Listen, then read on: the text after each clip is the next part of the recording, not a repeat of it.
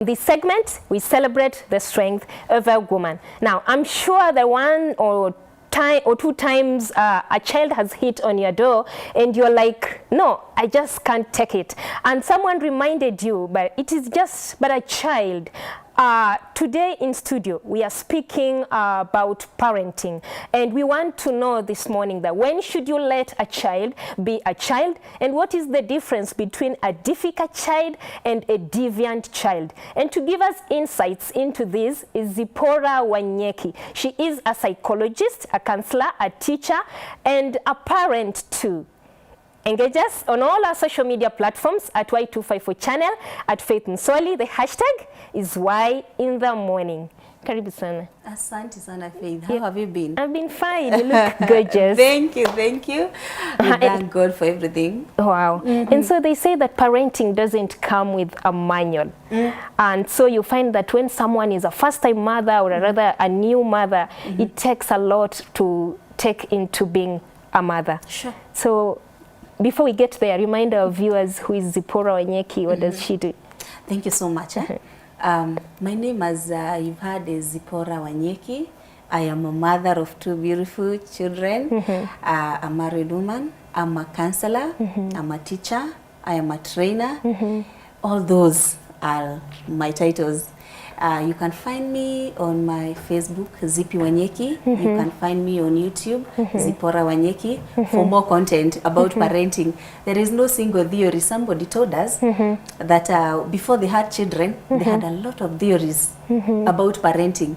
Now that they have children, they have single theory that they are using. So there is no perfect parent, Faith. In this world, usidanganywe na mtu. We do not have perfect parents. No, there is nowhere you enrolled in a school and we give you some marks that you scored exceeding expectation or you are number one. Parenting is very different for different children.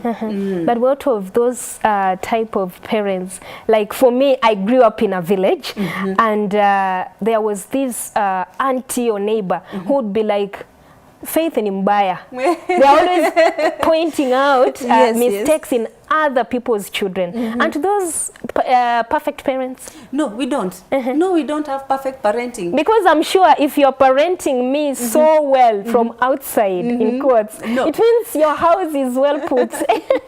Nothing like that. I'm always told that there are people who have what you have imagined children, the ones that they would want to have. But as Kenyans put it, sisi ndio tuko. So the kind of child you have is the child you have. You can only parent that child. And interestingly, before we tell them about the different types of parents that we have, we let them know that when you're parenting children, there are several factors, maybe environment and many others that will come to look at. So there is no single person who can come and tell you, parent your children the way I parented mine. No, we were in different setups. So we may not use a single theory on all those, but at least there are some guidelines because you understand, these children, they don't listen.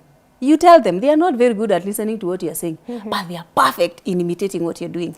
They will do what you do, but not what you say. Where shinda tu kusema, oh, sijui do this, don't do this. You will not tell me not to smoke if you are smoking. Yes. Yeah. So when you're doing it, it tells me that is the gospel truth. That is what I should do. You're battling my mother, yes. I should also battle my wife. Yes. So they do more, they see more than they hear. Wow. So we may talk about parents so that at least you classify yourself. And Faith also, you classify yourself which type of a parent you are. Exactly. Briefly, number one, we have these parents we call authoritarian. Authoritarian parents are strict. Oh, they are so strict. The ones who will look at you and you're just punished by their look on their face. They don't take no for an answer. They don't. They don't accommodate no for an answer. You know, and if you want to know your authoritative parent, they'll come and tell you, Faith, sweep this house, the whole of it. You ask, Mom, why? Because I said you do it. Yes. So they don't give explanation to anything. Fanya kwa sababu ni mimi nimesema. So these parents, they bring up children who have what we call forced discipline. These children, they don't know what they want to do in future. They are not decided because of the parents they got. Very strict. And sometimes if you're not careful, you bring up habitual liars. They lie so that they can appear to be perfect. You intimidate them through fear. You give them a lot of expectation. Those are strict parents. They don't give you freedom. to let you be who you are. That is number one. Number two, we have another group. We call them permissive. Permissive parenting is not a good one. Permissive parents don't say no to their children. Yeah. They don't. If the child is tired of walking, they carry them. If the child cries for ice cream on a rainy day, they give. They don't know how to say no. They are afraid, oh, kababa, kama, nitamukosea, what will happen? So what happens to those children? Atalia. What happens to those children? I don't know, Faith, you must have been to a house where you find that the children are misbehaving, but their mother is doing nothing. Yeah. And unasema, achana na huyo, maybe the baby is climbing on top of the TV. Yes. Achana na huyo, sijui nini nini. Atalia ukimkataza. Atalia, she'll make fuss out of it. Let me tell you, permissive parents, they are manipulated by their children.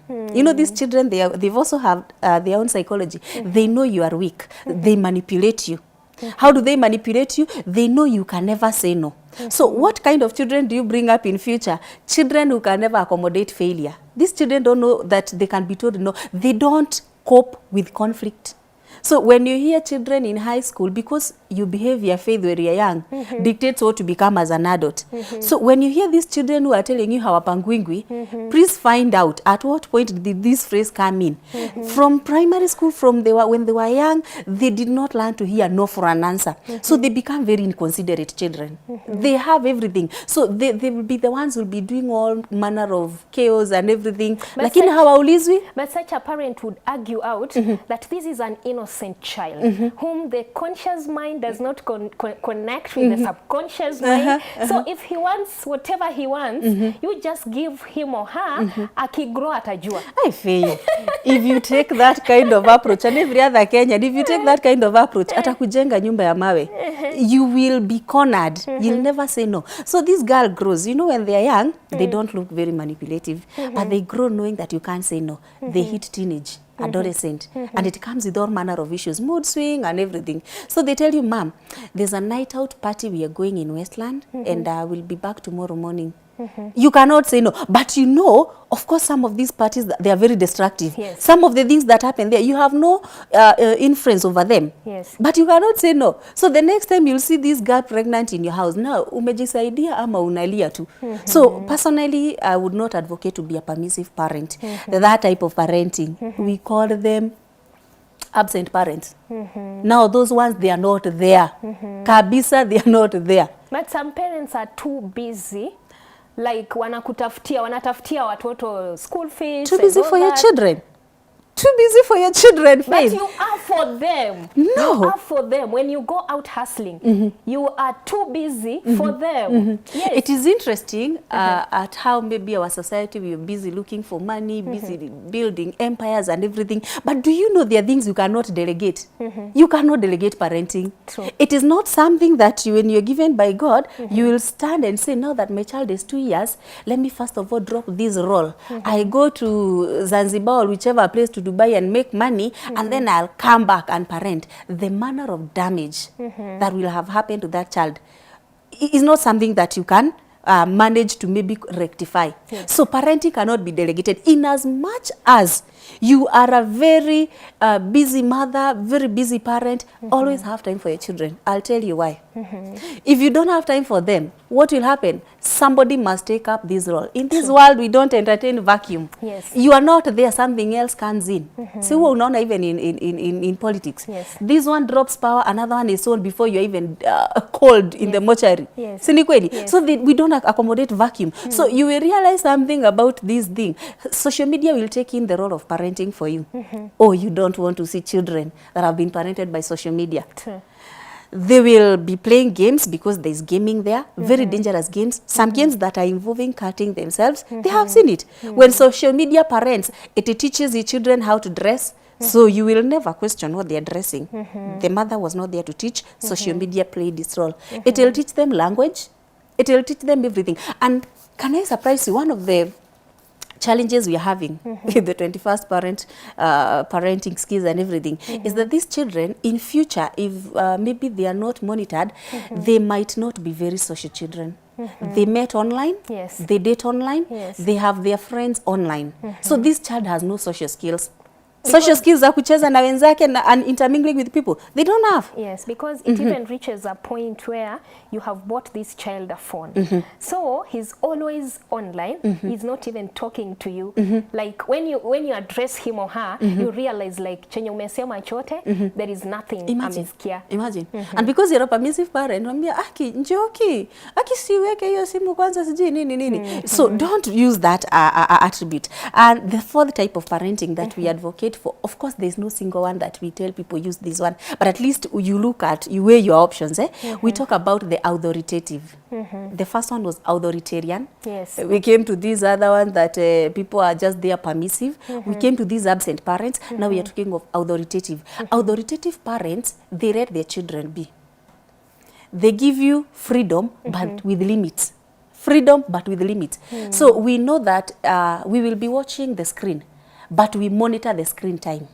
Because there is no way you tell me that tomorrow you have an exam and you're busy watching cartoon here. Yes. And you know the way our mind is. We program garbage in, garbage out. So mimi nakwambia state the factors that contributed to what, the only thing you can remember is Akili Kids. Because that was what you were watching the previous night. Yes. Or if, so I'm not advocating for, I'm not saying that they should not watch. It has its own part. Yeah. Social media is either positive or negative. Negative. We'll look at that if time allows. Yes. But at least these parents, they give orders.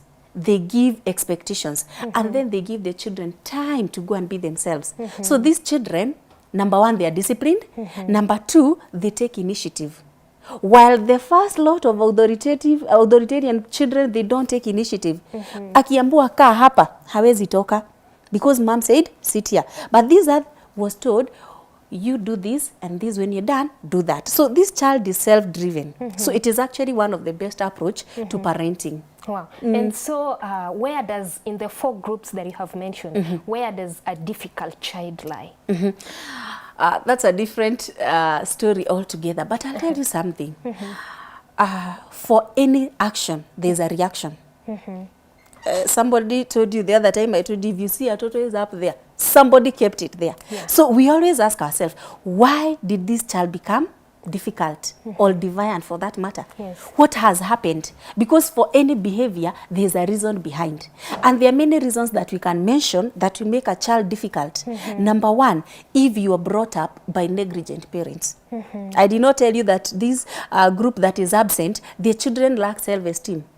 They are doing things, but there's no feedback. There's nobody to tell you. Whether you washed the house or you didn't, nobody was there to compliment. But don't you think that sometimes absentee or not really absentee parents, but when a parent is absent, but it's out there looking for school fees and food, don't you think that it shapes some children into responsible human beings? Like, mom has gone to the market, so when she comes back in the evening, I have to have fetched water, I have to have prepared food. Like, his absence is shaping you into someone. Okay, maybe let us understand this. When I talk about absent, I don't mean that you went to work, you are not there with your child. Honestly, we in Kenya, we cannot sit all day with our children. Watakula nini? Yes. I am talking about you are literally absent in the life of your child, physically, emotionally, in every aspect. Wow. Now, these are the children you find, it's Parents' Day meeting. Nobody came for the meeting. The mother does not even know the class teacher of that child. The mother does not even know the grade. Unasema, na Faith wangu wako class, sijui ni 5, no, ama ni South, sijui ni East, ama ni West. Imagine such minor details. The parent doesn't know. The parent doesn't know when this child maybe is of age, maybe has begun menses for the girls. You are totally absent in the life of that child. What happens? These children lack trust. They don't trust you. And the bad thing I told you is that when you are absent, somebody else is more than willing to take that responsibility. So who takes that? Society. Yes. And who are those? The people I hear Kenyans calling Team Mafisi. Yes. So this girl needs compliment. Faith, if you have a daughter, tell them they are beautiful. Yeah. Let them hear it from you before they are told even from outside there. So when they are told from outside there, it comes with a cost. Yes. So someone buys you some chips, some what. The next time, they just they wanaenda wakienda hivyo. So by absent, I'm not talking about being literally that you are working. Yes. I'm talking of like you are not involved, the uninvolved parent in the life of these children. They don't pay school fees, they don't attend meetings, they don't provide basic and any other need for this child. You're just there, you're absent. So the children are left to, you know, for life on their own. So these other that went to work, it is okay till shape. That is what you are calling giving you freedom. Yes. So you let them be. Yeah. I know mom is not there, so I can step up and make some rice. I can do this and that. And so when do you let a child be a child? I'll say that it is important to know who is this we are calling a child. Because Faith, for your mom, you'll never become an adult. Even when she's 90-year-old and you are 75 and you have your own grandchildren, you still be her child. Yes. But sometimes I always say, let these children know what they're supposed to do, at what time. Don't be too strict once again.